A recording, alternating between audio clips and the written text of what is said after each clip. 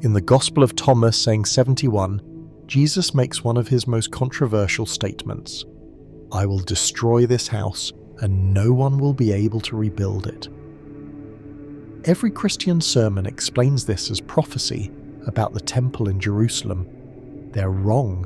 In the Apocalypse of Peter from Nag Hammadi, Jesus explains, "The buildings they construct in my place are not houses of the Father. They are anchors for the Archonic Grid. Every stone placed, every ritual performed, every prayer spoken within those walls strengthens the frequency net that keeps consciousness trapped in matter. If you felt uncomfortable, anxious, or physically ill entering a church, if you've experienced pressure in your chest or head inside religious buildings, if you instinctively avoid places of worship even when you can't explain why, what you're experiencing isn't disrespect or spiritual resistance. That's your energy body recognizing the Archonic Grid embedded in the architecture itself. Place your hand on the center of your chest. That's your heart chakra, the primary target of the Archonic Grid embedded in religious buildings. These structures aren't designed for worship. They're designed as energetic anchors that lock Archonic frequency into geographic locations and entrain anyone who enters to that frequency. The Apocalypse describes how the grid works. They build high ceilings to draw energy upward and away from those who gather. They place altars at the front to create hierarchy and submission. They use specific geometric ratios generating standing waves of Archonic frequency. And when the gathered ones bow their heads and close their eyes in prayer, they believe they're connecting to the divine. They're actually feeding the grid. This is why some individuals physically cannot tolerate religious buildings. Your monad frequency recognizes the Archonic Grid and recoils from it. The higher your frequency, the more intense the discomfort. The Apocalypse describes 3 layers of the grid. The architectural layer. The physical design creates frequency patterns. High-voltage ceilings, symmetrical layouts, specific acoustic properties. These aren't aesthetic choices, they're frequency generators. The ritual layer, repeated prayers, hymns, ceremonies imprint the building with Archonic programming. Every time someone kneels, recites liturgy, performs sacrament, they strengthen the grid. The entity layer. Archonic beings actually inhabit religious buildings, not symbolically, literally. They anchor into the grid and remain there, feeding on the energy of every person who enters. Jesus taught his disciples how to recognize gridded spaces and how to protect themselves when they had to enter. Because sometimes individuals must attend religious functions for family, appearances, social obligation. But entering without protection means exposing your energy field to the full force of the Archonic Grid. The protection protocol involves 3 elements: the frequency seal, a breathing pattern performed before entering that closes your energy field to the building's Archonic frequency; the awareness anchor, maintaining consciousness in your solar plexus instead of your heart, so the grid cannot access your primary energy center; the time limit, recognizing that no protection holds indefinitely, knowing exactly how long you can remain before the drain becomes severe. This investigation explores why certain individuals instinctively avoid religious buildings, not as atheism, not as anti-religious sentiment, as frequency incompatibility with the Archonic Grid embedded in the architecture. The 3 layers of the grid and how each operates. The protection protocol Jesus taught for entering gridded spaces when necessary, and how to recognize gridded buildings beyond obvious religious structures, because schools, government buildings, hospitals, and corporate headquarters often use the same architectural frequency patterns. The historical record of these teachings exists in fragments scattered across multiple suppressed texts. The Nag Hammadi library, discovered in 45 near the Egyptian town of the same name, contained 52 mostly Gnostic texts that had been deliberately hidden in a sealed Sija around 360. Among these texts, the Apocalypse of Peter, The second treatise of the Great Seth and the Testimony of Truth all contain references to the physical structures built for worship and their actual purpose in consciousness control. These weren't the only sources. The Pistis Sophia, a 3rd century Gnostic text that survived because it was preserved in the Askew Codex, describes in elaborate detail how archonic forces manipulate human consciousness through physical anchors in the material world. The Gospel of Philip, also from Nag Hammadi, contains passages describing how sacred buildings function as frequency traps. The Book of Withdrew, another text attributed to the same tradition, explains the geometric principles underlying these structures. What makes these texts particularly significant is their consistency across different authors, time periods, and geographical locations. The Apocalypse of Peter was likely composed in the early 2nd century CE, possibly in Egypt or Syria. The Gospel of Thomas, which contains the saying about destroying the house, dates to approximately 60 or 140 CE and shows evidence of Syrian origin. The Pistis Sophia emerged from Egyptian Gnostic communities in the 3rd century. Despite their different contexts, these texts describe the same phenomenon: physical religious structures functioning as consciousness control mechanisms through specific architectural and energetic principles. This isn't one person's vision or isolated teaching. This represents a coherent body of knowledge that early communities understood and transmitted until it was systematically suppressed. The suppression campaign began in earnest after Christianity became the official religion of the Roman Empire under Constantine in the 4th century. The Council of Nicaea in 325 CE established orthodox doctrine and began the process of eliminating competing interpretations of Christ's teachings. The Theodosian decrees of the late 4th century made non-orthodox Christian practices illegal and punishable by death. By 367 CE, Bishop Athanasius of Alexandria issued his Easter letter defining the canonical New Testament and declaring all other texts heretical. This letter directly prompted the burial of the Nag Hammadi texts by monks who wanted to preserve them from destruction. For the next 16 centuries, these teachings remained hidden.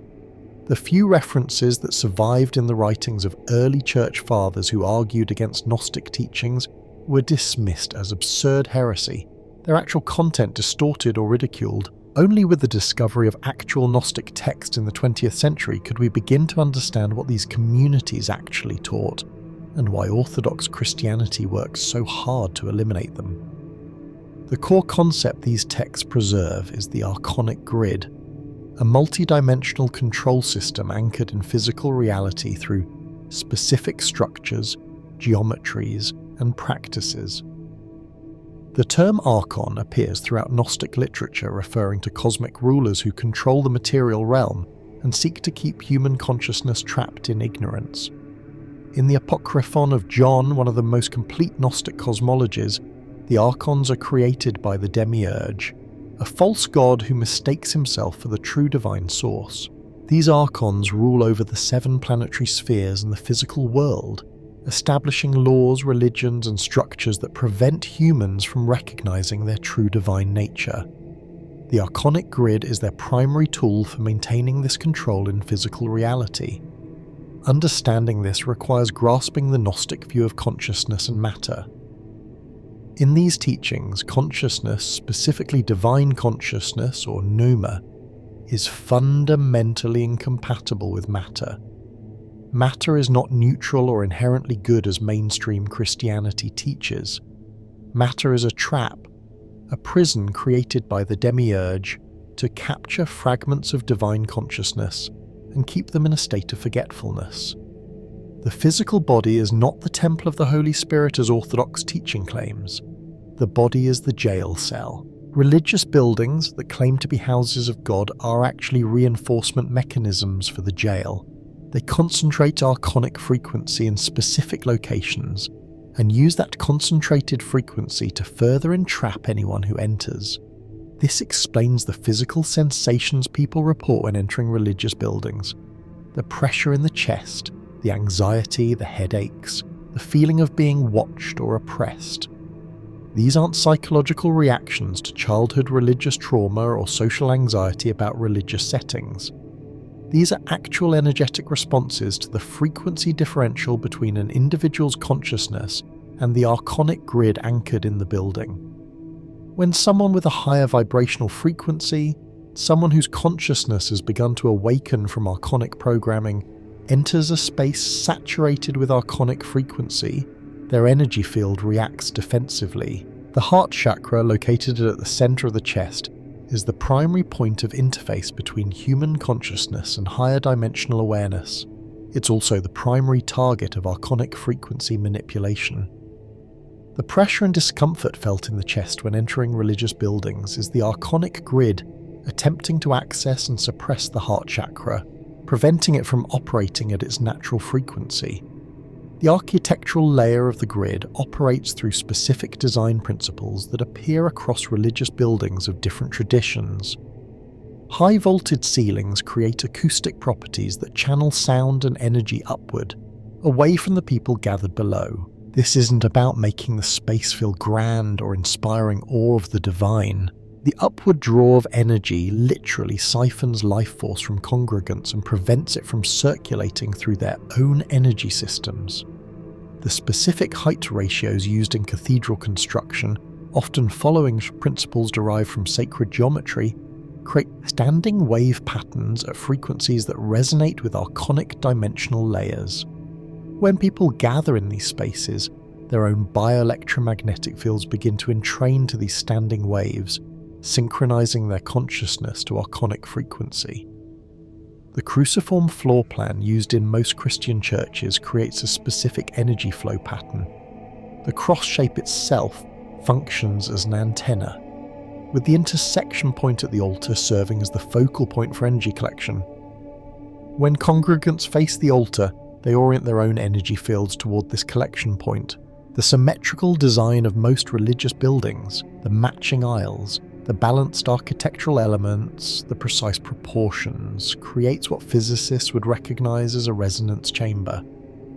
But instead of resonating with human consciousness in a way that elevates or expands it, the resonance frequency is calibrated to archonic dimensions. The building itself becomes a transducer, converting human life force energy into a form accessible to archonic entities. Acoustic properties play a crucial role that most people never recognize. The reverberation time in large religious buildings, the way sound echoes and sustains, affects human brainwave patterns. When a choir sings or an organ plays in a cathedral, the sustained notes and harmonic overtones create a sonic environment that induces altered states of consciousness. These altered states aren't mystical union with the divine. They're states of increased susceptibility to programming and energy harvesting. The specific frequencies emphasized in religious music, the modal scales used in Gregorian chant, the chord progressions in traditional hymns, have been refined over centuries to maximize their consciousness-suppressing effects. This isn't accidental. The early church understood sound and frequency, even if they didn't use modern terminology. They knew that specific acoustic environments could make people more docile, more receptive to authority, more willing to surrender their own discernment. The placement of windows and the quality of light in religious buildings follows similar principles. Stained glass doesn't just tell biblical stories or create beautiful effects. The filtering of natural light through coloured glass alters the spectrum of light that enters the building, removing frequencies that support clarity of consciousness, while amplifying frequencies that induce trance states. The orientation of churches, traditionally with the altar at the eastern end so the rising sun illuminates it, aligns the building with solar energy patterns in ways that channel that energy into the grid rather than making it available to people. The use of candles and specific types of lighting creates flickering effects at frequencies known to alter consciousness and induce hypnagogic states. Every element of the architectural design serves the same purpose, creating an environment where human consciousness is suppressed, harvested and prevented from accessing its true nature. The materials used in construction matter as well. Stone, particularly limestone and marble favoured in religious architecture, has specific electromagnetic properties. These stones can hold and transmit frequency patterns. Over centuries of ritual use, religious buildings constructed from these materials become saturated with the imprinted frequencies of countless ceremonies, prayers, and archonic invocations. The stone itself becomes a battery storing archonic frequency and radiating it continuously. This is why even empty churches feel heavy or oppressive to sensitive individuals. The building itself is emanating the accumulated archonic programming of centuries. Wood, when used in specific geometric configurations as in timber-framed churches, creates similar effects. The grain structure of wood can channel and amplify electromagnetic fields. When assembled in patterns derived from sacred geometry, wooden structures become antenna arrays broadcasting archonic frequency. The second layer of the grid is the ritual layer, and this operates through repetition and programming. Every religious tradition has its rituals, specific words spoken in specific ways and specific physical actions performed in specific sequences, specific gestures and postures adopted at specific times. Orthodox Christianity claims these rituals connect people to God, make them holy, transform them spiritually. The Gnostic texts reveal the actual function. Rituals are programming protocols. Each time a ritual is performed, it strengthens the archonic grid anchored in that location and imprints archonic programming deeper into the consciousness of participants. Consider the Catholic Mass, the most elaborate and precisely codified Christian ritual. Every word of the liturgy is specified. Every gesture the priest makes follows exact protocols refined over centuries. The congregation responds with specific phrases at specific moments. Everyone stands, sits, kneels according to precise cues. This level of standardization isn't about preserving tradition or maintaining unity. It's about creating a consciousness programming protocol that works the same way every time it's performed. The repetition is key. When the same words are spoken in the same sequence in the same locations week after week, year after year, century after century, they create deep grooves in the morphogenetic field of that space. The building itself becomes encoded with the programming. Anyone entering the building begins to resonate with that programming regardless of their conscious beliefs or intentions. The physical postures required in religious ritual serve specific purposes in consciousness suppression. Kneeling positions the body in a submissive posture that physiologically triggers deference responses. The act of bowing the head cuts off energy flow between the heart chakra and the crown chakra, preventing the upward movement of consciousness that leads to spiritual awakening.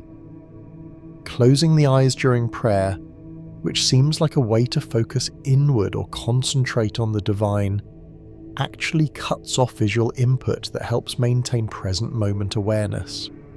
With eyes closed and head bowed in a religious building saturated with archonic frequency, an individual becomes maximally vulnerable to programming and energy harvesting. They believe they're praying to God. The archonic grid is accessing their energy field and extracting life force.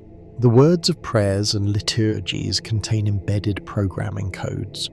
This sounds like conspiracy theory until you examine the actual content with awareness of how language affects consciousness. Phrases repeated in prayer often emphasize unworthiness, sinfulness, the need for salvation from an external source, submission to authority, fear of judgment. These aren't spiritually uplifting concepts, they're consciousness suppression commands. Each repetition reinforces the belief that humans are fundamentally flawed, incapable of direct divine connection, dependent on an intermediaries and institutions.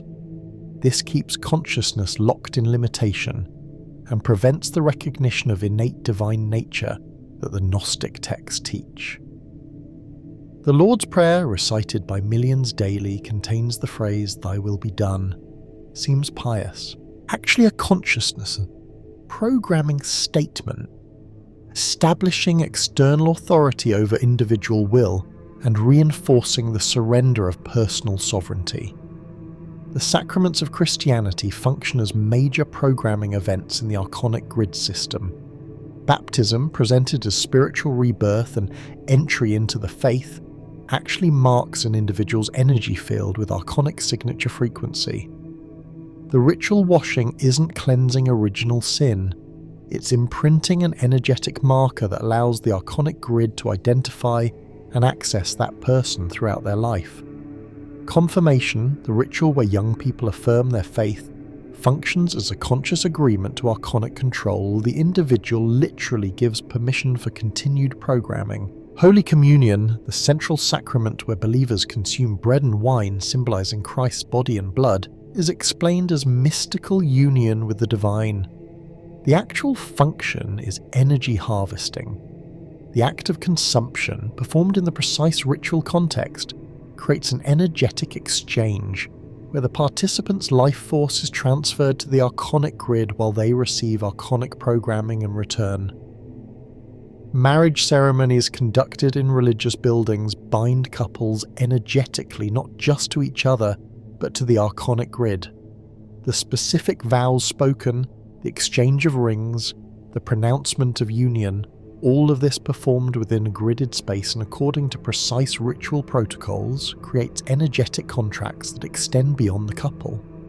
Funeral rites serve a particularly insidious purpose. The dying process is a critical moment when consciousness has the opportunity to exit the reincarnation cycle and return to source.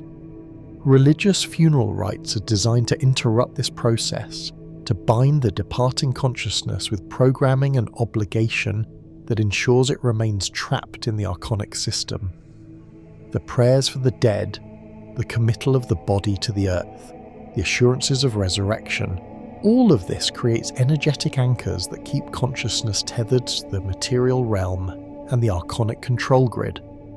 The third layer of the grid is the entity layer, and this is where most people's disbelief reaches maximum resistance.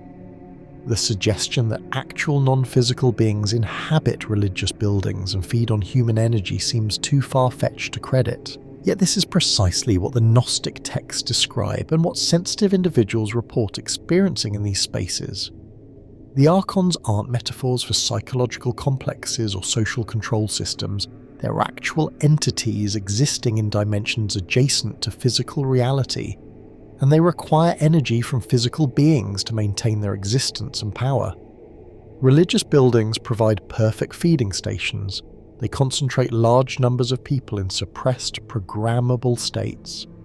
The architectural and ritual layers of the grid create the energetic conditions where Archonic entities can access human consciousness and extract life force. The entities don't have to work to find food. The food comes to them willingly every Sunday morning. These entities anchor into the grid structure itself, taking up residence in the building permanently. This explains the phenomenon of haunted churches, or the oppressive feeling that permeates certain religious buildings even when they're empty. The entities are always present, always emanating their frequency, always maintaining the grid. When people enter and perform rituals, the entities activate more fully and feed more intensively. Sensitive individuals can actually perceive these presences. They might see shadow forms in peripheral vision, feel cold spots or pressure in certain areas of a building, sense watching or malevolent intelligence focused on them. These aren't ghosts of dead people or demons as Christian theology describes them. These are Archonic entities that have made the gridded space their permanent habitat. The entities can influence thoughts and emotions of people within gridded spaces. The sudden feeling of guilt or unworthiness when entering a church isn't the Holy Spirit convicting you of sin. It's Archonic frequency manipulation inducing emotional states that make you more vulnerable to energy harvesting. The feeling of peace or transcendence some people experience during religious services isn't divine presence. It's the temporary cessation of the entity's pressure when you've fully submitted to the programming, when your consciousness is entrained completely to Archonic frequency and no longer resists. The entities reward submission with reduced oppression, and people interpret this as spiritual blessing. The relationship between the three layers creates a self-reinforcing system. The architecture creates the frequency environment that allows rituals to function as programming protocols. The repeated rituals strengthen the architectural grid and provide energy for the entities. The entities maintain the grid structure and influence people to continue participating in the rituals. The system perpetuates itself across generations, with most participants having no awareness of its actual function. People believe they're worshipping God, connecting with the divine, participating in sacred tradition.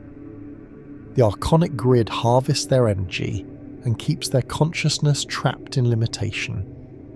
Jesus taught his inner circle of disciples how to recognize gridded spaces and how to protect themselves when necessary to enter them. This teaching doesn't appear in the canonical Gospels because it was systematically removed during the formation of Orthodox Christianity. The very institutions that would become the primary deployment mechanism for the Archonic Grid had every incentive to suppress knowledge of how the grid works and how to resist it. But fragments of this teaching survived in the Gnostic texts and in oral traditions that continued outside institutional Christianity. The Gospel of Mary, portions of which survived in 2 Greek fragments and a more extensive Coptic manuscript, contains dialogue between Mary Magdalene and the disciples after Christ's resurrection, where she shares private teachings he gave her. Among these teachings are references to recognizing the powers that seek to trap consciousness and how to move through their spheres without being detained or drained. The protection protocol has 3 essential components working together. Used correctly, these techniques allow someone to enter a gridded space for limited periods without suffering the full energetic impact of the archonic frequency. The first component is the frequency seal, a breathing pattern that creates a coherent electromagnetic field around the body that archonic frequency cannot easily penetrate. This isn't visualization or imagination. This is a physical technique with measurable effects on the body's bioelectromagnetic field. The second component is the awareness anchor, a specific placement of consciousness within the energy body that makes the primary targets of the Archonic Grid inaccessible. The third component is the time limit, the recognition that no protection holds indefinitely against sustained exposure to concentrated archonic frequency. The frequency seal breathing pattern creates a toroidal field around the body through a specific rhythm and visualization combination. Begin by standing or sitting with spine straight, shoulders relaxed, feet flat on the ground if standing or sitting. Close your eyes and take 3 normal breaths to settle into your body. On the 4th breath, inhale slowly through the nose for a count of 4, feeling the breath fill your lower abdomen first, then your rib cage, then your upper chest. At the top of the inhalation, hold for a count of 4. Visualize your entire energy field as a sphere of golden white light extending about 3 feet in all directions from your physical body. On the exhale, release the breath slowly through the nose for a count of 6, and as you exhale, see the sphere of light spinning clockwise when viewed from above, creating a torus field with energy flowing up through the center of your body, over the top of your head, down the outside of the field, and back up through the bottom of your feet. Hold empty for a count of 2, feeling the toroidal field spinning and stabilizing around you. Repeat this breath pattern 7 times total, strengthening the field with each cycle. After the 7th repetition, set the intention. This field remains coherent and impermeable to archonic frequency. You should feel a distinct shift in your energy, a sense of being enclosed in a protective bubble. Some people experience this as pressure on the skin, others as a tingling sensation, others as a subtle feeling of separation from the surrounding environment. This is your frequency seal. The toroidal field spinning in this specific pattern creates electromagnetic conditions that resist entrainment to archonic frequency. It won't make you immune, but it creates significant resistance, buying you time before the grid begins affecting you. The awareness anchor requires understanding of the energy body's structure and function. Most spiritual traditions recognize multiple energy centers or chakras aligned along the central channel of the body. The heart chakra at the center of the chest is the primary gateway between physical consciousness and higher dimensional awareness. This is why the Archon Grid targets it so aggressively. When the heart chakra is suppressed or accessed by archonic frequency, connection to higher consciousness becomes impossible, and energy can be extracted efficiently. The standard religious instruction to focus your heart on God, to open your heart in prayer, to feel divine love in your heart, all of this directs people to focus consciousness in the heart chakra and open it fully. This makes them maximally vulnerable to the grid. The protection protocol requires moving your consciousness to a different center entirely. The solar plexus chakra, located about 2 inches above your navel, is the center of personal power and will.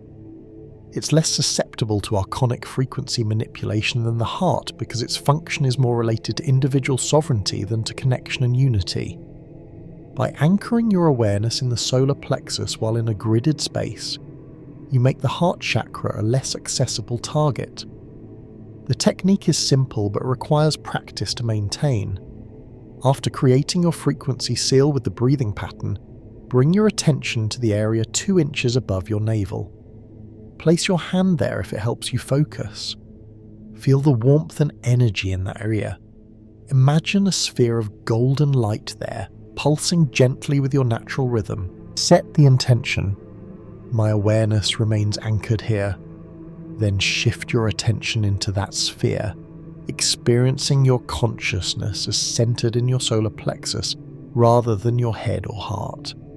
This feels unusual at first because most people maintain consciousness primarily in their head or their chest. With practice, you can establish this solar plexus anchor in seconds and maintain it even while participating in external activities. When anchored in the solar plexus, you can still think, speak, and function normally. But the quality of your awareness changes. You become more grounded, more connected to your own will and boundaries, less susceptible to emotional manipulation or energetic intrusion. In a gridded space with your awareness anchored in the solar plexus, the archonic frequency targeting your heart chakra hits a protected, less accessible target. You may still feel pressure or discomfort, but the grid cannot achieve the deep access it seeks. Maintain awareness of your solar plexus throughout your time in the gridded space. If you notice your attention drifting up into your heart or head, consciously redirect it. If you're required to participate in prayer or ritual, do so with your awareness firmly anchored in the solar plexus, maintaining the intention that your heart chakra remains protected and closed to external manipulation. The time limit component recognizes that these protections cannot hold indefinitely against concentrated archonic frequency, especially in buildings that have been gridded for decades or centuries. The frequency seal breathing creates a temporary field that will gradually degrade under sustained exposure. The awareness anchor requires continuous attention and will weaken if you become distracted or emotionally engaged. Most people can maintain effective protection for 30 to 45 minutes in a heavily gridded space before their defenses begin to compromise. In extremely old or heavily used religious buildings, the time limit may be as short as 15 to 20 minutes. Learning to recognize when your protection is failing is crucial. The first signs are usually physical: renewed pressure in the chest, headache, increasing fatigue, difficulty maintaining the solar plexus anchor. Emotional signs include rising anxiety, feelings of guilt or inadequacy, anger or irritation, or sudden desire to submit and stop protecting yourself. If you notice these signs, it's time to leave the space if possible. If you must remain longer, strengthen your frequency seal with additional breathing cycles and reinforce your awareness anchor with renewed intention. For people required to attend religious functions regularly, developing these protection techniques is essential for maintaining spiritual autonomy while navigating social obligations. Many people report being forced by family or social circumstances to attend church or participate in religious ceremonies despite having no personal connection to the tradition. Adult children visiting parents, people attending weddings or funerals in religious venues, individuals living in communities where church attendance is socially mandatory. All of these situations require a way to physically be present without surrendering energetic sovereignty to the grid. The protection protocol provides this. You can sit in a church, stand during hymns, bow your head during prayers, maintain social appearance while energetically remaining protected and uncompromised. The practice of recognizing gridded spaces extends beyond obvious religious buildings. The same architectural and energetic principles show up in government buildings, schools, hospitals, corporate headquarters, and other institutional structures. Once you understand what you're looking for, the pattern becomes obvious. High ceilings with specific acoustic properties, symmetrical design creating resonance chambers, the use of stone or materials that hold frequency, geometric proportions based on sacred geometry ratios, centralized focal points that draw energy towards specific locations, spaces designed to create hierarchy and submission rather than equality and empowerment. These elements appear throughout institutional architecture because the same consciousness control principles apply, regardless of whether the institution is overtly religious. Government buildings often use classical architectural styles with columns, domes, and precise geometric proportions deliberately derived from some ancient temple architecture. This isn't aesthetic preference. These design elements create the same frequency effects as religious buildings. Citizens entering government buildings are meant to feel small, subordinate, impressed by the power and permanence of the institution. The architecture accomplishes this not through psychological suggestion alone, but through actual frequency manipulation. The spaces induce states of submission and compliance in the same way religious buildings induce states of worship and surrender. School buildings, particularly older ones, frequently employ institutional architecture with long corridors, high ceilings, symmetrical classroom arrangements, and central assembly spaces. These design choices suppress independent thought and creativity while promoting conformity and submission to authority. The frequency of these spaces entrain young minds to accept external control and limitation of their consciousness. Hospitals present a particularly concerning case because people must often spend extended periods in these spaces while already compromised by illness or injury.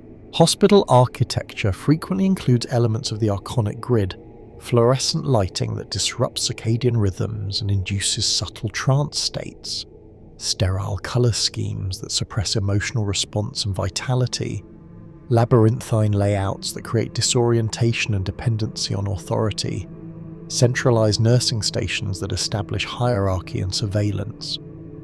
The stated purpose is efficiency and medical functionality. The energetic effect is consciousness suppression and increased vulnerability to programming. People enter hospitals already weakened and find themselves in spaces specifically designed to further suppress their vitality and autonomy. The medical establishment doesn't recognise this because modern medicine views humans as biological machines rather than energetic beings, but the effects are real and measurable for anyone paying attention to how they feel in hospital environments. Corporate headquarters, especially for large institutions, increasingly use architectural elements that create archonic grid effects. Open-plan offices that eliminate personal space and force constant surveillance. Central atriums that create the same upward energy draw as cathedral ceilings, glass and steel construction that creates electromagnetic field effects. Biological systems find stressful fluorescent lighting and artificial environments that suppress natural rhythms, standardized cubicle designs that eliminate individuality and promote uniform consciousness. The corporate world calls this modern efficient design. The energetic reality is workspace architecture specifically calibrated to suppress independent thought, drain vitality and maintain workers in a state where they're productive for the corporation, but unable to access the full creative potential that might lead them to question their circumstances or seek autonomy. Learning to recognize these patterns requires developing sensitivity to how your energy responds to different environments. This isn't about becoming paranoid or avoiding all institutional spaces, it's about awareness and protection. Start by noticing how you feel entering different buildings. Do you feel energized or drained? Does your thinking become clearer or more confused? Do you feel expanded or contracted? Does your chest tighten or your breathing become restricted? These physical and energetic responses provide real information about the frequency environment of the space. Buildings designed with genuine concern for human well-being create different effects than buildings designed primarily for institutional control. Natural light, varied ceiling heights, organic materials, spaces that allow for both gathering and solitude, architecture that respects human scale rather than overwhelming it. These elements support consciousness and vitality rather than suppressing them. The historical context of how architectural knowledge became weaponized against human consciousness requires understanding the relationship between ancient mystery schools and the institutions that eventually suppressed them. Architecture has always been understood by initiates as a technology for affecting consciousness. The Egyptian mystery schools use precise geometric proportions in temple construction to create spaces that facilitated higher states of awareness and spiritual initiation. The Greek mystery traditions at Eleusis designed their sacred spaces to support consciousness expansion during the ritual ceremonies. The Pythagorean school recognized that specific ratios and proportions in architecture created harmonic resonances that affected those within the spaces. This knowledge wasn't secret because it was evil. It was protected because it was powerful and easily misused. When institutional religions emerged and established dominance over spiritual life, they appropriated architectural knowledge from the mystery schools but inverted its application. Instead of using sacred geometry to elevate consciousness, they used it to suppress and control consciousness. Instead of creating spaces that facilitated direct spiritual experience, they created spaces that made people dependent on priestly intermediaries. The Gothic cathedral, presented as the pinnacle of Christian architectural achievement, is actually the perfected Archon Grid deployment system. Every element that appears to glorify God actually functions to harvest human energy and suppress consciousness. The soaring vaulted ceilings, the elaborate geometric tracery, the massive scale that makes humans feel insignificant, the carefully controlled light through stained glass, the acoustic properties that make the priest's voice carry while suppressing individual voices. All of this creates an overwhelming frequency environment that entrains consciousness to archonic programming. The Freemasons and other esoteric orders that preserved architectural knowledge through the medieval period were aware of these principles and their application. The guild secrets of stonemasons included understanding of how building design affects human consciousness. Some masons used this knowledge to embed protective elements in buildings, subtle geometric features that created frequency interference with archonic programming. Others, particularly as Freemasonry became infiltrated by archonic influences in later centuries, used the knowledge to strengthen grid structures. The presence of Masonic symbolism in both religious and governmental architecture isn't coincidental. It reflects the connection between architectural knowledge, consciousness manipulation, and institutional power. The complete scientific framework for understanding how architecture affects consciousness requires integrating modern physics, neuroscience, and energetic healing modalities with ancient esoteric knowledge. Modern physics recognizes that everything is fundamentally vibration, that matter is energy organized in specific frequency patterns, that electromagnetic fields permeate all space and affect all physical systems. Neuroscience has documented how environmental factors including light, sound, and spatial arrangement affect brain function, emotional states, and cognitive performance. The emerging field of biofield science studies the electromagnetic fields generated by living organisms and how these fields interact with environmental electromagnetic phenomena. None of these modern disciplines yet acknowledges the full extent of what the ancient mystery schools understood and what the Gnostic texts describe. But the pieces are available for integration. When you understand that human consciousness generates measurable electromagnetic fields, that these fields interact with environmental electromagnetic conditions, that specific geometric arrangements create standing wave patterns at particular frequencies, that these frequencies can entrain biological rhythms and brainwave patterns, the mechanism of architectural consciousness, manipulation becomes clear.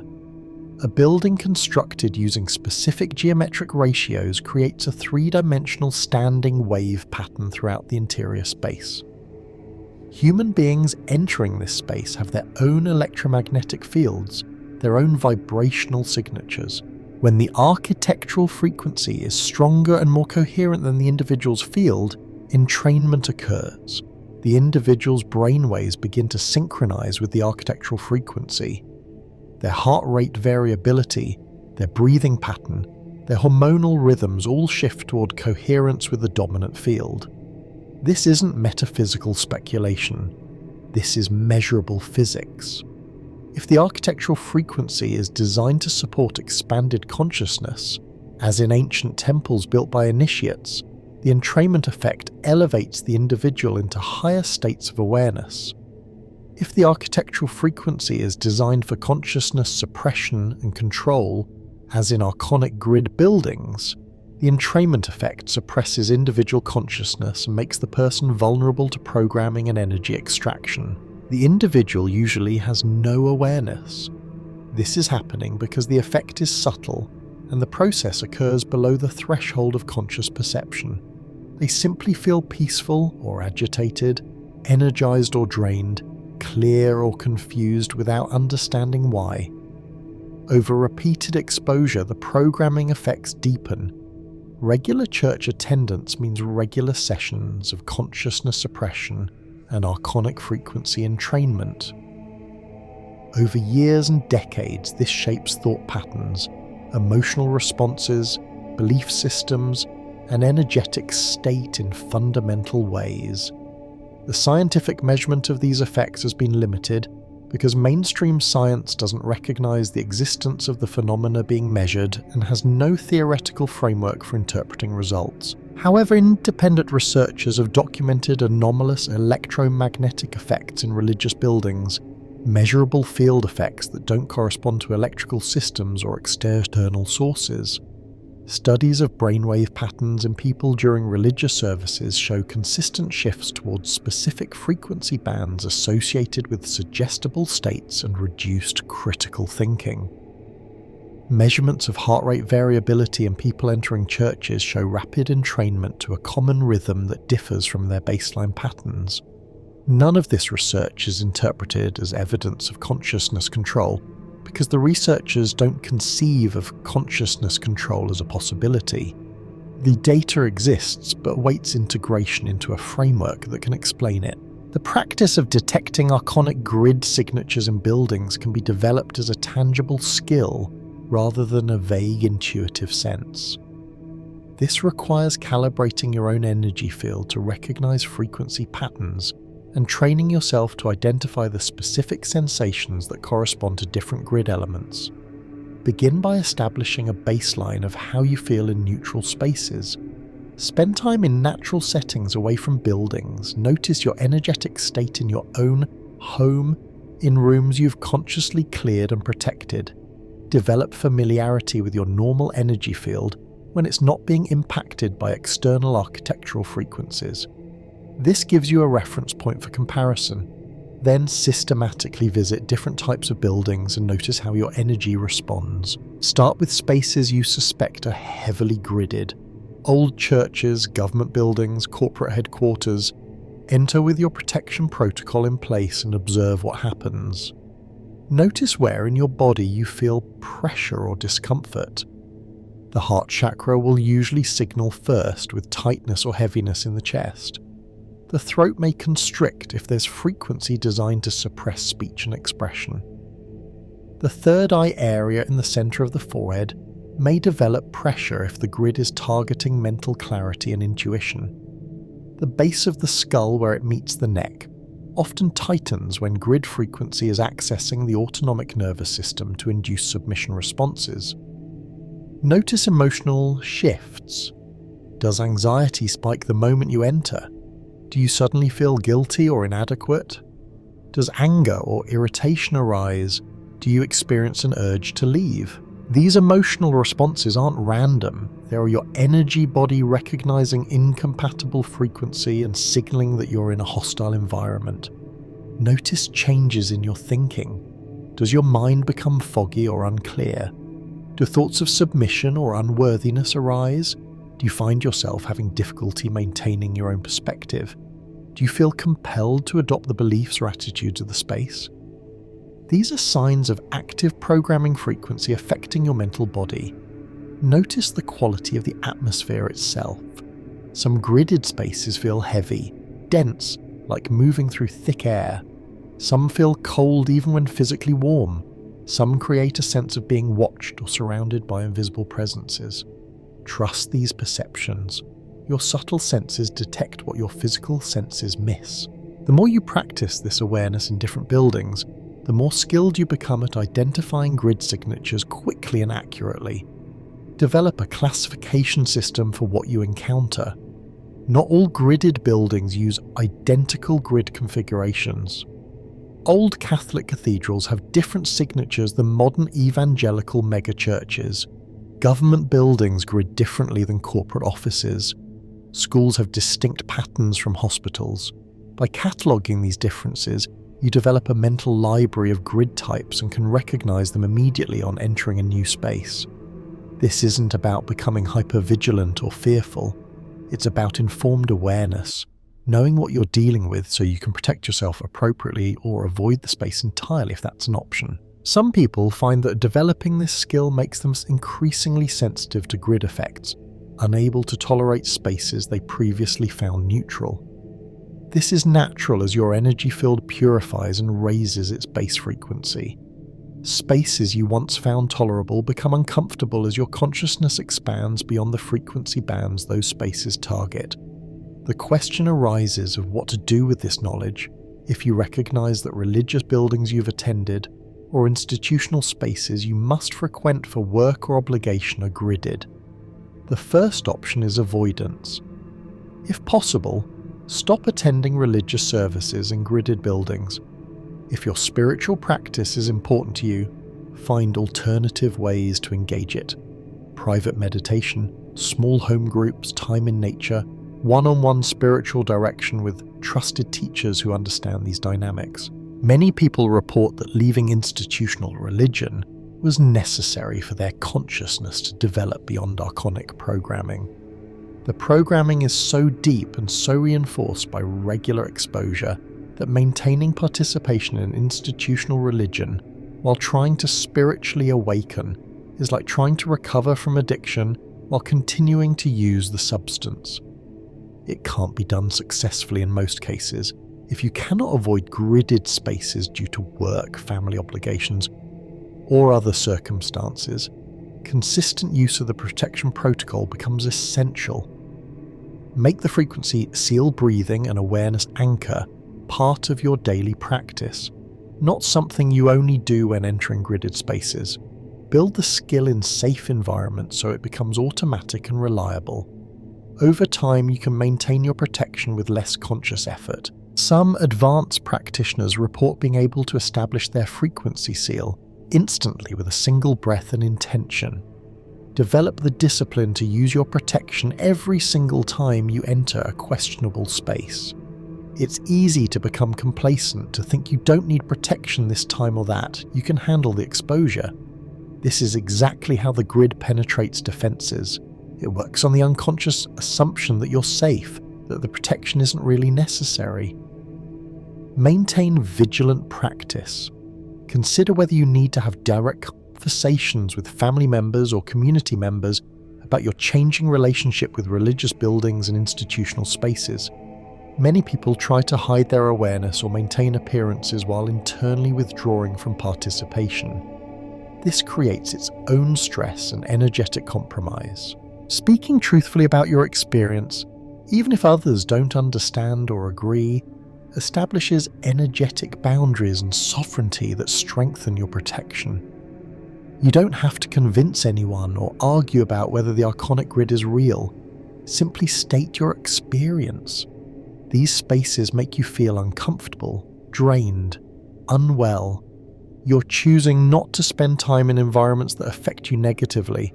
This is reasonable self-care that most people can respect, even if they don't share your interpretation of why the spaces affect you. For those who maintain or strengthen spiritual practice outside institutional religion, it becomes important to understand what actually constitutes sacred space versus what creates gridded space. The Gnostic texts make clear that true connection with the divine doesn't require any building at all. In the Gospel of Thomas, saying 3, Jesus says, "If your leaders say to you, 'Look, the kingdom is in the sky,' then the birds of the sky will precede you. If they say to you, 'It is in the sea,' then the fish will precede you. Rather, the kingdom is inside you and outside you." This teaching directly contradicts the entire concept of needing to go to a special building to encounter the sacred. The divine consciousness is omnipresent. It exists everywhere equally. Buildings cannot contain it or concentrate it. Buildings can only manipulate human consciousness into believing that connection requires a specific location under institutional control. True sacred space is created by consciousness, not architecture. When you establish coherence in your own energy field, when you align with higher frequencies through meditation or prayer or contemplative practice, when you open your awareness to divine presence, you create sacred space wherever you are. A corner of your bedroom can become more genuinely sacred than the most elaborate cathedral if you bring conscious awareness and sincere seeking to that space. Nature provides sacred space without any human intervention. The forest, the mountain, the ocean, the desert, these spaces naturally support consciousness expansion because they haven't been manipulated by Archonic Grid technology. The frequencies of natural environments are organic, complex, constantly shifting in response to sun, wind, water, seasonal cycles, the presence of plants and animals. These natural frequencies entrain human consciousness toward coherence and vitality, rather than suppression and control. Creating sacred space in your home requires conscious intention and specific practices to clear archonic frequency and establish protective boundaries. Begin by energetically clearing the space of any accumulated frequency from previous occupants, from visitors, from environmental electromagnetic pollution, from your own negative emotional states. Burning sage or other cleansing herbs while moving through each room with intention to clear all disharmonious frequency is one traditional method. Sound clearing using singing bowls, bells, or even clapping vigorously in corners where energy tends to stagnate can disrupt stuck patterns. Opening windows and allowing fresh air and natural light to flow through while holding the intention for clearing is simple and effective. Follow clearing with conscious boundary establishment, either through visualization of protective light surrounding your entire living space, or through prayer and intention that the space be protected from all harmful frequencies and influences. Establish a specific area in your home for spiritual practice. This doesn't need to be elaborate. A cushion in a quiet corner, a chair by a window, a small table with objects that hold meaning for you. What matters is consistency.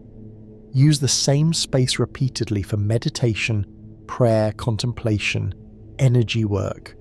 Each time you practice there with focused intention, you strengthen the field of that space.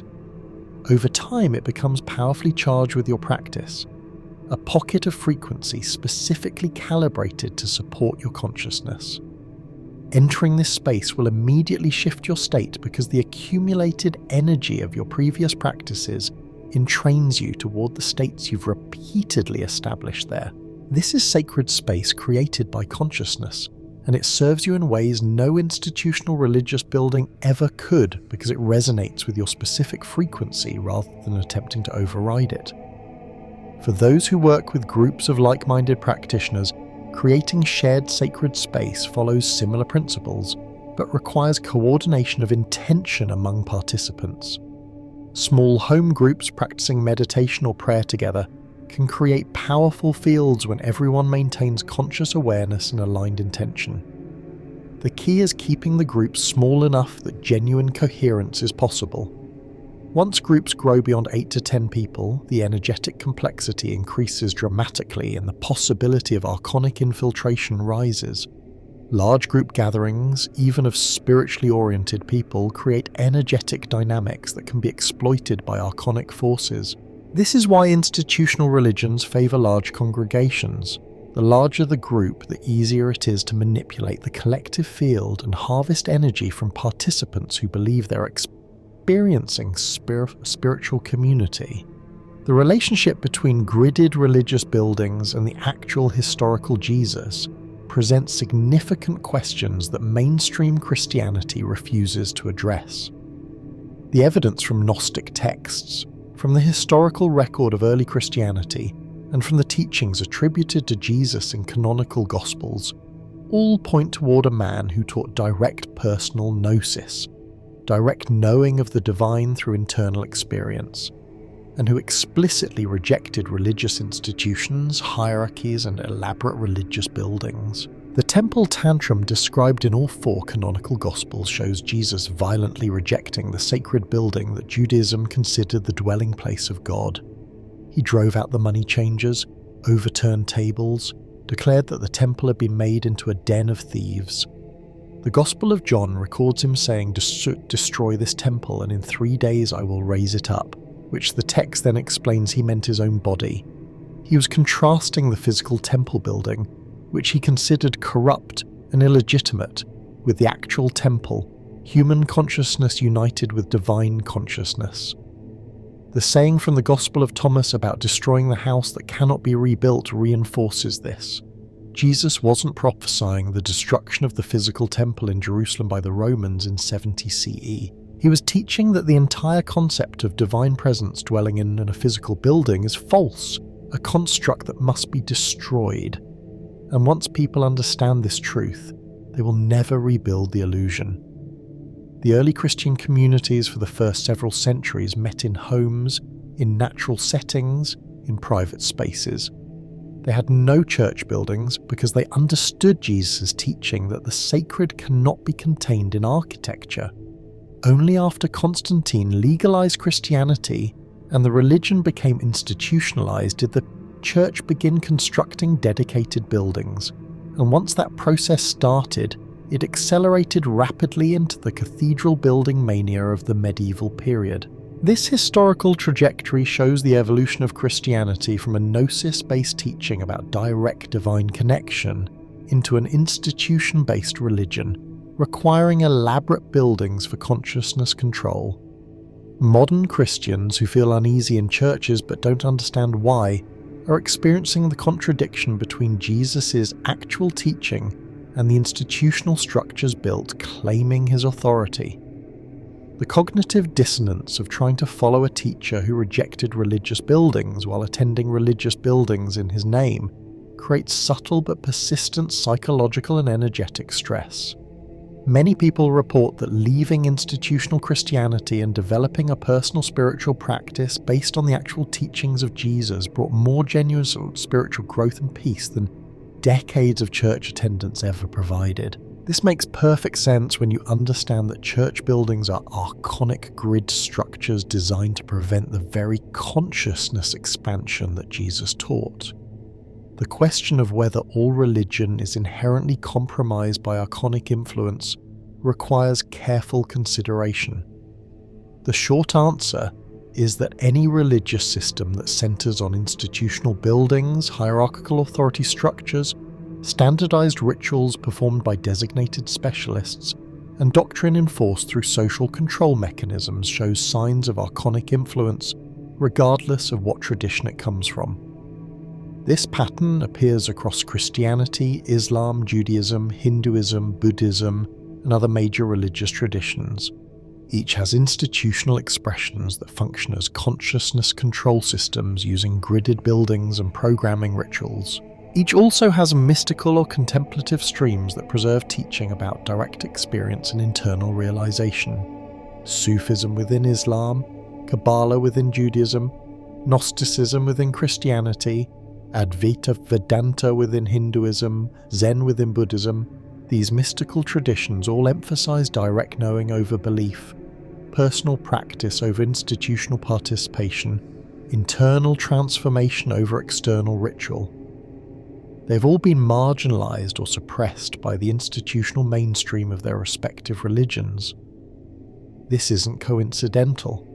The archonic influence works through the institutional structures and perceives the mystical streams as threats, because mystical practice actually leads to consciousness expansion and liberation from control. The institutional forms of religion serve archonic purposes. The mystical forms preserve actual spiritual teaching. The two exist in perpetual tension within religious traditions. For individuals navigating this terrain, the path forward involves discernment between what supports consciousness expansion and what suppresses it. This can't be determined by labels or affiliations. Some people find genuine teachers and practices within institutional religious contexts and learn to navigate the archonic grid elements while accessing the authentic teaching. Others must completely separate from the institutional religion to free themselves from programming and develop genuine practice. There's no single prescription. What works depends on individual circumstances, level of awareness, and degree of prior conditioning. The key is maintaining the understanding that buildings are not sacred, institutions are not divine, authorities are not infallible, and true spiritual development happens in consciousness through direct practice and personal realization. The protection protocol for entering gridded spaces, once developed, becomes a valuable skill that extends into many areas of life beyond religious buildings. The same techniques protect against other forms of frequency manipulation and consciousness suppression. Electromagnetic frequencies from wireless technology, cell towers, and electronic devices all create biofield stress that the frequency seal breathing helps mitigate. Toxic social environments, manipulative people, psychologically oppressive workplaces. The awareness anchor in the solar plexus helps maintain sovereignty and boundaries in all of these contexts. Propaganda, advertising, media manipulation, social pressure. Conscious awareness of programming attempts makes you less susceptible to all forms of consciousness manipulation. As your practice deepens and your energy field strengthens, you may find that you become sensitive to grid signatures in places you never suspected. Shopping malls often use subtle architectural elements and design soundscapes to induce purchasing behavior through light trance states. Sports stadiums and concert venues manipulate crowd consciousness through acoustic design and strategic lighting. Airports and other transit spaces deliberately create stress and disorientation to make people more compliant with authority and more susceptible to commercial messaging. Once you start recognizing the patterns, you see them everywhere. This can be overwhelming initially.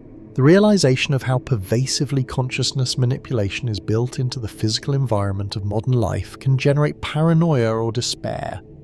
This is why developing strong protection practices and maintaining regular energetic clearing and grounding is essential. You're not trying to be completely unaffected by your environment. You're trying to maintain awareness and sovereignty, to make conscious choices about where you spend time and how you protect yourself, rather than unconsciously absorbing whatever frequency environment you happen to be in. The historical development of the archonic grid extends far beyond religious buildings into the entire structure of civilization itself. Cities are designed using grid patterns. The street layout, the organization of districts, the placement of key buildings all follow principles derived from sacred geometry knowledge. Except instead of creating urban environments that support human consciousness and well-being, cities are designed as massive archonic grid structures. The right-angle grid pattern used in most modern cities creates standing wave patterns that fragment consciousness and prevent coherent awareness. The concentration of electromagnetic pollution from power lines, electrical systems, wireless technology creates a dense fog of disruptive frequency. The constant sensory overload of noise, artificial light, crowding, urgency creates stress responses that keep people in survival mode rather than allowing the relaxed states where consciousness can expand. Cities are not just locations where many people live in close proximity. They're carefully engineered consciousness suppression systems. The implications of this are profound and disturbing. It suggests that the entire project of civilization as we know it has been shaped by archonic influence toward the goal of consciousness control and energy harvesting. Agriculture that allowed large settled populations, division of labour that created dependency on systems, writing and record keeping that enabled institutional memory and continuity, architecture that allowed permanent structures, money that created abstract value storage and exchange. All of the developments that define civilization also created conditions that made archonic grid deployment possible and increasingly sophisticated. Hunter-gatherer humans living in small mobile groups in natural settings, with no permanent buildings and minimal institutional structures, are nearly impossible for archonic forces to control. They're self-sufficient, directly connected to the natural world, living in environments that support consciousness rather than suppress it. The entire arc of civilizational development has been toward making humans more controllable, more dependent on institutions, more trapped in artificial environments designed for consciousness suppression. This perspective challenges the conventional narrative of human progress. We're taught that civilization represents advancement, that modern life is superior to primitive existence, that architectural and technological development demonstrates human achievement. From the consciousness perspective of the Gnostic texts, civilization is not progress but enslavement, not achievement but tragedy. Every advance that made humans more dependent on institutions and more trapped in artificial environments represented a tightening of archonic control. The Gothic cathedral isn't the height of medieval human achievement, it's the perfected archonic prison. The modern city isn't the triumph of urban planning, it's the ultimate grid structure where consciousness suppression reaches maximum efficiency. Recognizing this doesn't require rejecting all aspects of civilization or attempting to return to pre-agricultural lifestyle. For most people, that's neither possible nor desirable. It does require understanding the true nature of the systems we're embedded in and making conscious choices about how to navigate them without being completely absorbed and controlled by them. Living in a city while maintaining awareness of the grid and practicing daily energetic clearing and protection, working in institutional structures while preserving sovereignty and resisting complete identification with the institution. Using technology while recognizing its consciousness effects and limiting exposure, participating in civilization while refusing to be completely civilized, maintaining connection to the wild, to the natural, to the aspects of human existence that precede and transcend institutional control. The practice of grid detection and protection leads naturally into deeper questions about reality itself and the nature of consciousness. If physical structures can manipulate consciousness through frequency, what does that tell us about consciousness? If specific geometric patterns create measurable effects on awareness, what does that reveal about the relationship between space and form and mind? If entities exist in dimensions adjacent to physical reality and can anchor into physical structures, what is the nature of these dimensions and these entities? These questions have been central to esoteric and mystical traditions throughout history, and the Archonic Grid teaching provides a framework for approaching them grounded in practical observation rather than pure speculation. Consciousness from this perspective is not generated by the brain as mainstream neuroscience claims. Consciousness is fundamental, primary, the ground of all being. The brain is a transducer that allows infinite consciousness to focus into the limited perspective of an individual physical organism. This transducer can be affected by environmental factors including electromagnetic fields, chemical substances, sensory input, and architectural frequency. When the transducer is functioning clearly and without interference, consciousness can flow freely and awareness expands naturally. When the transducer is disrupted or suppressed, consciousness becomes constricted and awareness narrows. The Archon Grid works by creating environmental conditions that disrupt the transducer function, narrowing consciousness to prevent recognition of its true infinite nature. This explains why spiritual practices emphasizing meditation, breath work, altered states, and sensory withdrawal can reliably produce consciousness expansion. These practices temporarily override or bypass the limiting factors affecting the transducer. Meditation quiets the constant mental chatter that normally occupies awareness. Breath work alters brain chemistry and electromagnetic patterns. Sensory withdrawal removes external inputs that keep consciousness focused outward. Psychedelic substances temporarily disrupt the transducer's filtering function entirely. In all cases, consciousness expands beyond its normal limitations, and the practitioner experiences directly what cannot be conveyed through concepts, the infinite nature of awareness itself. The Archon Grid is designed to prevent these experiences, or to ensure that if they occur, they are interpreted within a control framework. Institutional religion acknowledges mystical experience, but frames it as God granting special grace to chosen individuals. This maintains dependency on external authority and prevents recognition that mystical experience is the natural state of consciousness when limiting factors are removed. The grid keeps those limiting factors constantly in place.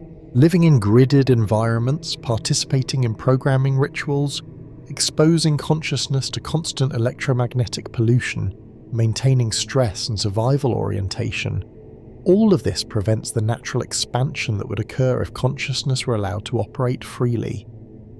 The Gnostic teaching that the material world itself is a prison created by the demiurge to trap divine consciousness makes sense in this context. The material realm isn't inherently evil, but it is inherently limiting compared to the infinite nature of consciousness.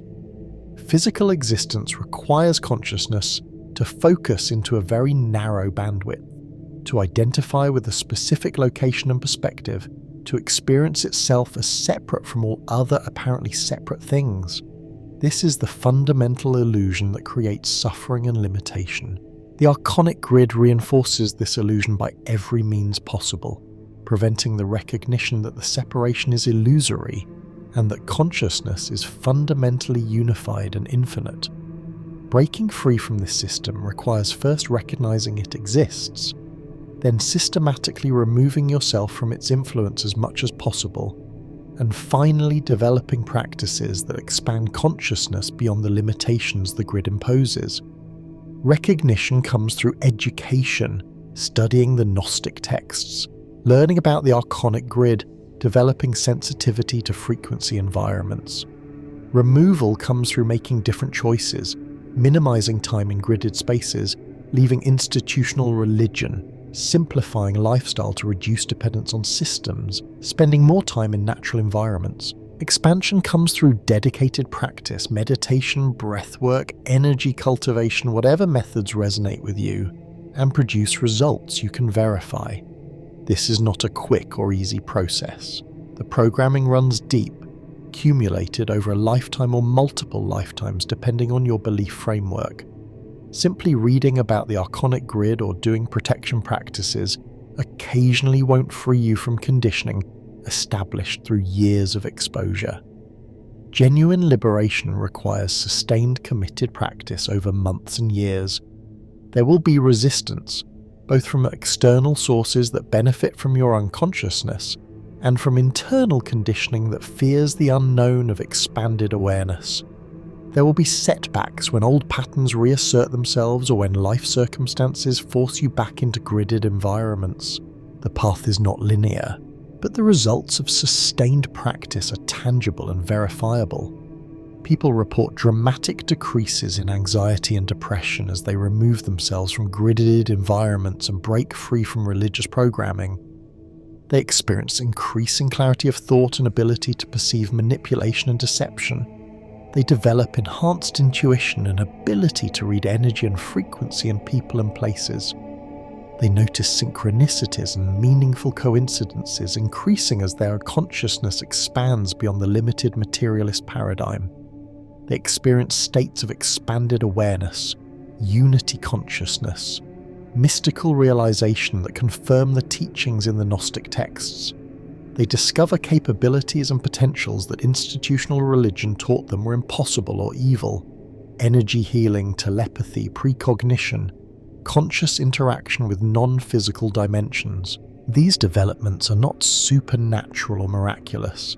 They're natural expressions of consciousness operating without the limiting factors the Archon Grid imposes. Every human has these potentials. Most never discover them because the grid prevents the exploration and practice necessary for their development.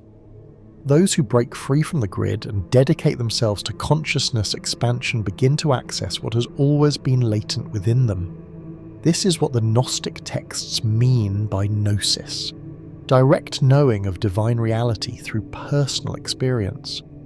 It's what Jesus taught when he said the kingdom of heaven is within you. It's what mystics throughout history have attempted to describe with poetry and paradox because the experience transcends language and concept. The protection protocol for gridded spaces ultimately becomes unnecessary as consciousness expands beyond the frequency bands the grid can affect. Advanced practitioners report being able to walk into churches or other heavily gridded spaces without any preparation and feel only mild discomfort at most. Their base frequency is so far beyond the archonic range that the grid can't achieve the entrainment and suppression it's designed for. They perceive the grid clearly, feel its pressure, recognize exactly how it's attempting to manipulate consciousness, but they're not vulnerable to it. This doesn't happen quickly. It requires years of dedicated practice to raise your base frequency and stabilize it at levels the grid can't reach. But it represents the natural trajectory of consciousness development when limiting factors are removed. The question of whether to share this knowledge with others who seem unconscious of the grid's existence requires careful consideration. Some people urgently want to wake others up, to warn them about the control systems they are trapped in, to explain how religious buildings and institutional structures suppress consciousness. This impulse is understandable but usually counterproductive. Most people are not ready to hear this information. Their identity is so thoroughly invested in the religious or institutional frameworks that attempts to challenge those frameworks are perceived as personal attacks. They will defend the systems that control them because they cannot yet distinguish between the system and their own identity. Trying to force awareness on those not ready for it creates resistance and hostility while accomplishing nothing constructive. The more effective approach is embodying the teaching through your own transformation. As you remove yourself from gridded environments and break free from programming, you change in visible ways. You become calmer, clearer, more grounded and authentic. The chronic anxiety or depression lifts. Your thinking becomes sharper and less clouded by conditioning. Your presence becomes more powerful and coherent. People notice these changes even if they can't articulate what they're perceiving. Some will ask what's different about you, what you're doing that creates these results. This provides natural openings to share knowledge with those actually seeking it. Answer honestly but without proselytizing. Describe your own experience and practice without trying to convince anyone or argue about reality. Those ready to hear will recognize truth when it's presented. Those not ready will dismiss or ignore it, and that's appropriate for their current stage of development. Respect each person's path and timing. The universe doesn't make mistakes about who receives what information when. If someone asks genuine questions, share what you know. If someone attacks or ridicules, don't defend or argue, simply maintain your own practice and sovereignty. Your job is not to save others or wake up the world. Your job is your own consciousness development and embodying that development as authentically as you can. This naturally creates ripples that affect others without any forced effort on your part. Trust the process and focus on your own practice rather than trying to manage or control others' awakening. The long-term trajectory of consciousness development beyond the initial stages of recognizing and protecting against the Archon Grid involves progressively deeper levels of practice and realization. Most people begin by simply noticing the discomfort in gridded spaces and learning basic protection. As practice develops, you become more sensitive to subtle frequency and able to detect grid signatures in places you previously found neutral. You start recognizing how thought patterns and belief systems are themselves forms of internal grid programming, and begin the work of identifying and clearing these. You discover that the grid is not just in buildings and institutions, but in language, media, social relationships, your own conditioned reactions and habitual thinking. Every layer of consciousness you clear reveals another deeper layer of programming beneath it. This can be discouraging when you realize how deep the conditioning goes. You think you have freed yourself from religious programming, and then discover economic programming just as pervasive. You clear that and find political programming. Beneath that, cultural programming about gender, relationships, success, happiness.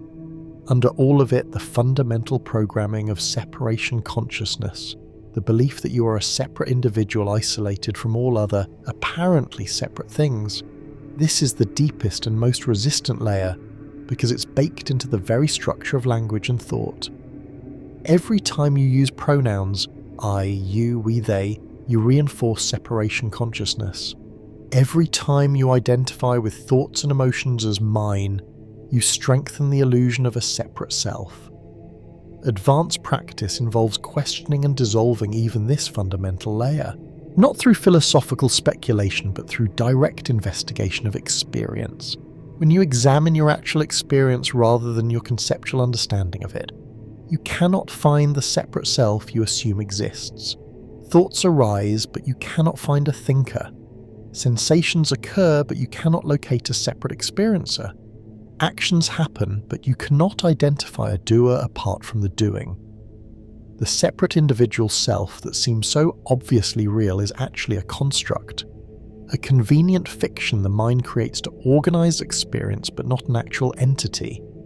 Recognizing this directly, not as a concept but as lived reality, begins the dissolution of the deepest archonic programming. This dissolution can be unsettling or frightening because the separate self-structure provides the framework for your entire life. Who pays the bills and goes to work if there's no separate self? Who loves your family and pursues your goals? These questions arise from confusion about what dissolution of the separate self means. It doesn't mean you disappear or stop functioning.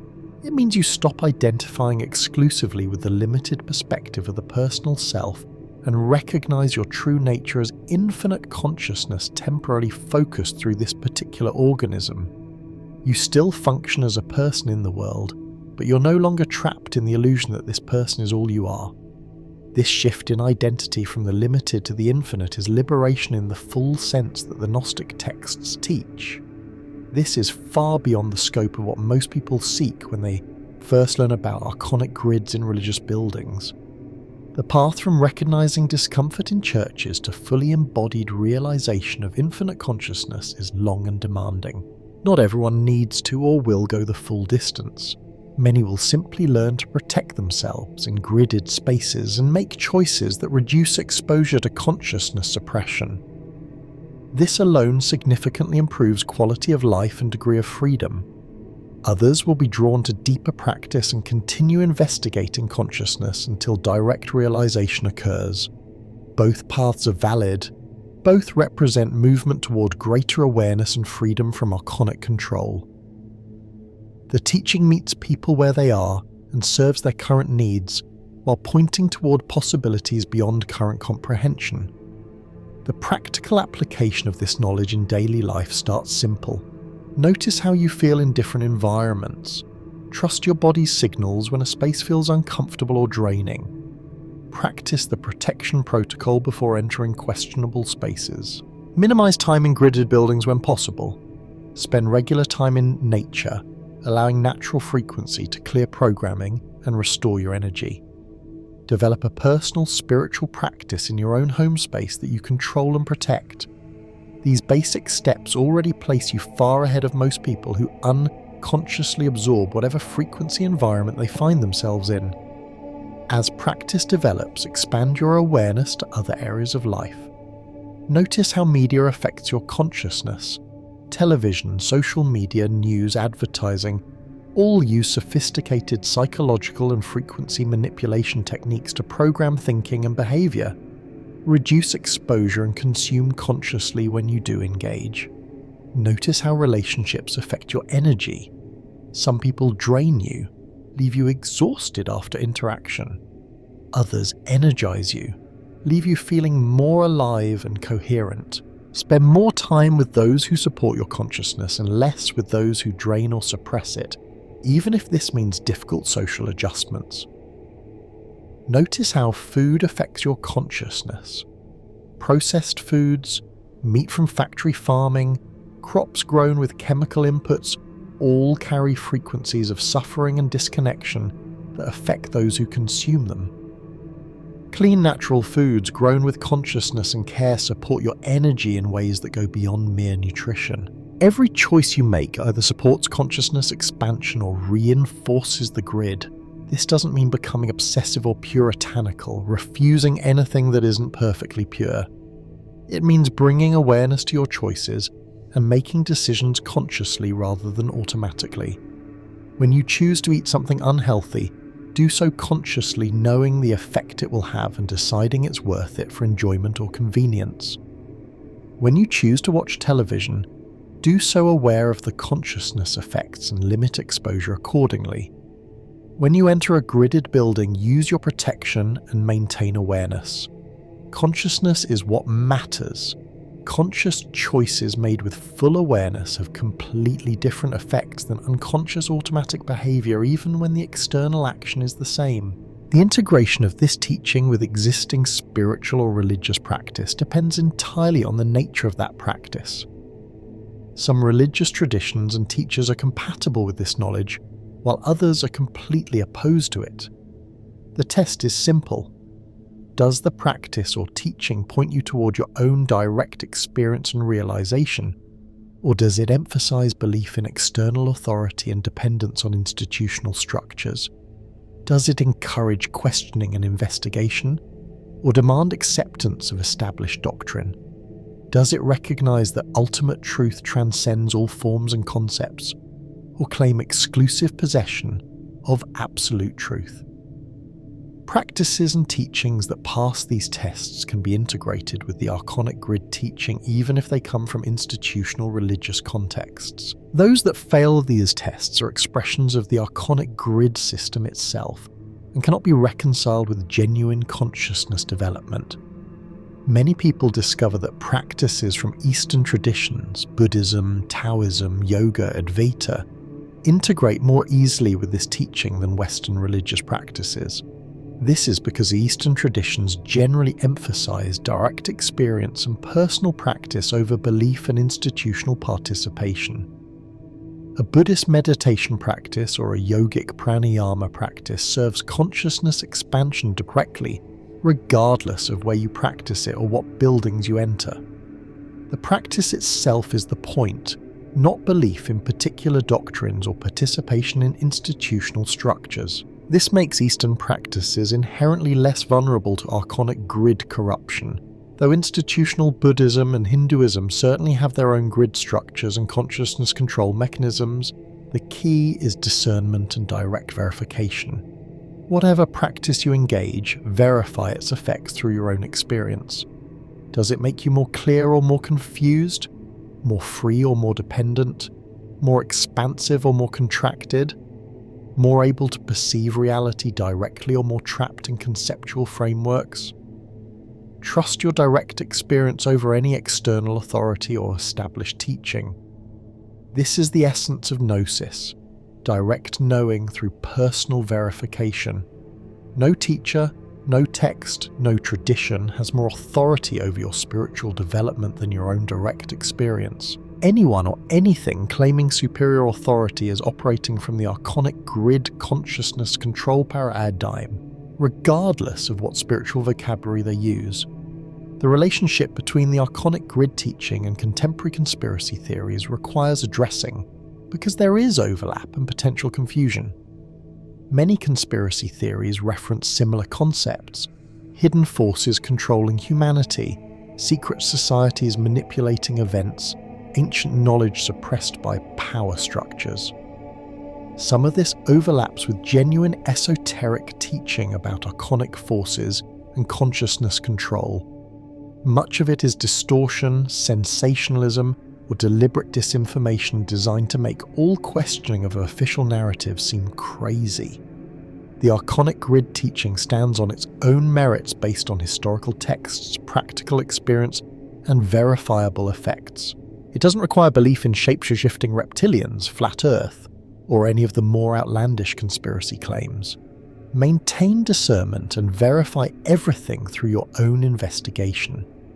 The fact that buildings affect consciousness through frequency and geometry can be tested by anyone willing to pay attention to their own experience in different architectural environments. The fact that institutional religions use programming techniques can be verified by examining actual religious rituals and teachings with awareness of psychological manipulation methods. The existence of the Gnostic texts and the historical suppression campaign against them is documented scholarly fact. These elements of the teaching stand regardless of whether you accept more speculative claims about the nature or origin of archonic forces. Take what you can verify, and remain open but skeptical about claims that exceed current evidence. This approach keeps you grounded while allowing exploration of possibilities beyond consensus reality. The final integration of this knowledge transforms your entire relationship with reality. You stop taking external authority seriously. You recognize that institutions claiming to serve your well-being actually serve their own perpetuation. You see through manipulation attempts, whether from religion, government, media, or personal relationships. You understand that the material world, while real on its own level, is not the fundamental reality, and that consciousness transcends all forms and phenomena. You know through direct experience that your true nature is infinite awareness temporarily focused through this particular body and mind, and that death is simply the dissolution of this temporary focus, not the end of consciousness itself. You operate in the world effectively while remaining unattached to worldly outcomes. You engage with others compassionately while maintaining boundaries and refusing to absorb their unconsciousness. You participate in civilization while recognizing its nature as an archonic grid structure and maintaining your own sovereignty within it. This is freedom. Not the freedom to do whatever you want or to escape all limitations. The freedom of conscious awareness, of seeing reality clearly, of operating from truth rather than conditioning. This freedom is available to anyone willing to do the work of consciousness development. It requires no special talent or spiritual gift. It requires sustained practice, genuine commitment, and willingness to question everything you've been taught. The path is clearly marked in the Gnostic texts and preserved in mystical traditions throughout history. The Archonic Grid exists to prevent you from finding and following this path. Understanding the grid and how it operates gives you the knowledge needed to navigate around its obstacles and continue your journey home to the infinite consciousness that is your true nature.